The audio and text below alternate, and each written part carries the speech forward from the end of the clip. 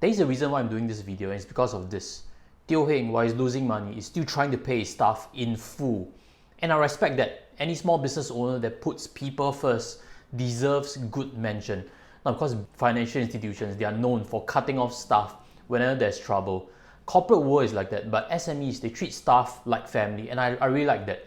That's why I'm trying my best. I'll try to provide my solution, and towards the end, I'll justify why.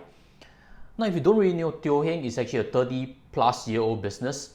Its starting point was actually selling karaoke systems, but right now, if you're in Singapore, you do know that Teo Heng's outlets are in malls like Star Vista, whereby I've gone myself to sing. And also in Katong, which is actually the flagship store, I've also went there to sing. You know, back in March 2021, Jackson Teo, who is actually the co-founder of Teo Heng, actually mentioned that he's been losing $2 million ever since February, March last year, where circuit breaker measures were in place. If you contrast that to a different report whereby they mentioned they are bleeding $500,000 a month, which is accurate. Is it business losses, personal losses? I'm not too sure about it. But nonetheless, it's still losses. It still required them to cut their 14 outlets down to 7. Why is there losses? If you are thinking business point of view, why is there losses? First, staff costs. They've been trying to pay off staff in full still.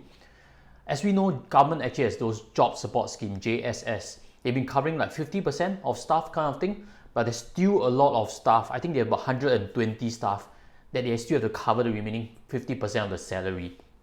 What about for rent? We do know that malls, if you follow the channel, I do cover REITs.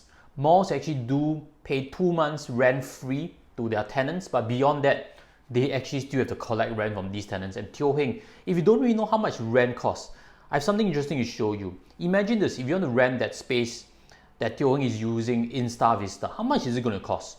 This is a possible snapshot of things.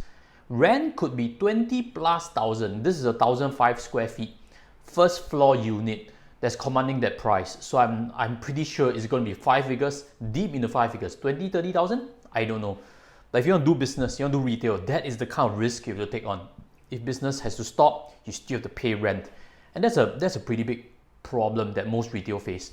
Myself, I actually ran an ice cream business 10 years plus back. And back then I was losing $10,000 per month basis because I was only covering staff costs and variable costs. I couldn't cover rent. I rented from SMRT back at Bishan. So that is a lesson, a journey that I have to share with you. If you want to go in retail, you should know that the risk is high. Don't start a business hoping to turn your life around drastically. You do need to have business acumen, and there's risk. Other costs could also include depreciation. Teo Heng has machinery. Teo Heng has furniture. Those depreciate over time. Those count in terms of losses. So these are things that you need to know if you are going into small businesses. This period has been hard for many small businesses. My father-in-law, he actually operates a retail business, but it's actually focused on the tourism sector. So where is tourist right now? He's also suffering. But entertainment business is another segment which is badly hit. Entertainment is very broad. Children's indoor playground can actually be considered under entertainment because ultimately it's non-essential. It's mainly for fun. But as I've been to Marina Square Kidstopia, it was packed. So they have actually recovered. They've actually seen the worst days pass. But full entertainment services like nightclubs and Teo Heng's karaoke business is still closed largely. And it's very hard to survive. Now, let's look at what its business model ultimately is. Teo Heng is ultimately taking a lease, a monthly lease, and then renting it out to you as a consumer on an hourly basis. In many ways, it's very similar to what WeWork, for example, is doing. WeWork takes a 10-20 year lease, redesigns the building, and then leases out to small businesses on a monthly basis. They provide internet, they do some interior design and stuff to make it conducive. That's how they actually value add in service. Teo Heng value adds to you, renting you songs, giving you food if you want to purchase. So again, it's taking a longer term lease and then chopping up to a smaller unit. And that's how they actually been making their profits. And they've actually been doing well. They've been scaling the business in this direction. But moving forward, that may not be the way to really concentrate businesses because it's proven to be risky. Pandemics come and go. The next one could come in 10 years' time and the problem will still exist. If you've been thinking, why can't Teo Heng pivot to do F&B business? Let me share with you something that I've done in this research. This is actually mentioned by Jean. She's the director of the business. She also mentions that certain malls do not allow for their venue to be turned into F&B establishments like a bistro. Unlike other establishments that already hold F&B license, it's tougher for public entertainment venues to pivot into the world of F&B. Any transformation will require them to renovate the place, will cost them money. And then there's also licensing criteria, and those are cost. I totally agree with Jean. If she were to pivot into F&B, I think that is not a right move to do. Right now, they're trying to do work in the space that they provide itself and try to make it nice for you. I also don't think that's a fantastic idea. Jean, if you're watching this by any chance, I think the best memories Teo Heng visitors have is the entertainment there. If you pivot to work, the place does not look as glam as a hotel. We're not going to meet customers, we're not going to meet partners inside a Teo Heng room. I have something to suggest if you're really watching this. Let me ask you this question. What is the thing that you watch the most on YouTube? Is it education material like this channel that I have for you? Probably not, right? You're probably watching a lot more on entertainment, correct? I'm no exception. I watch a lot of MTVs, of JJ Lin, of Jam Xiao. So I do know entertainment's value on YouTube, and that there's always a high search volume for entertainment. Also ask you this question, what is the most viral on YouTube?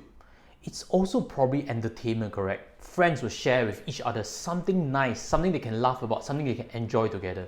So Jean, if you're watching this again, I do think that if you are missing out, pivoting some parts of the business towards YouTube, it's an untapped potential that doesn't cost a lot, that not only reinforces your brand with your loyal fans, it also could possibly create digital products for you to help your business diversify in future.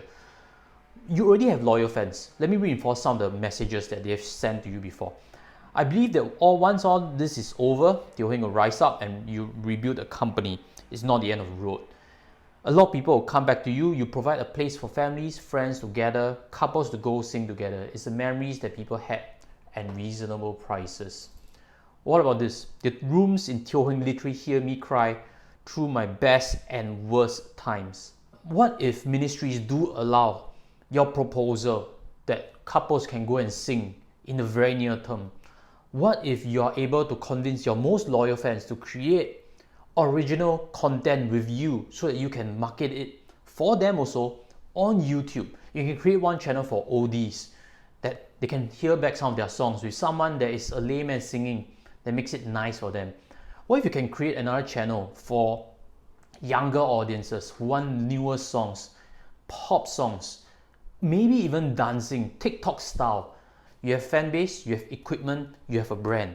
So can Teo Heng actually unearth our next local singer to sing on National Day song? Maybe that'll be a nice idea. Maybe sing from the KTV itself. So if you agree with me, smash on like so that we can all play a part in saving this wonderful local brand. And again, thank you for watching till here. Hopefully you've benefited also from learning some of the key points. With that, I'll sign off. Take care and goodbye.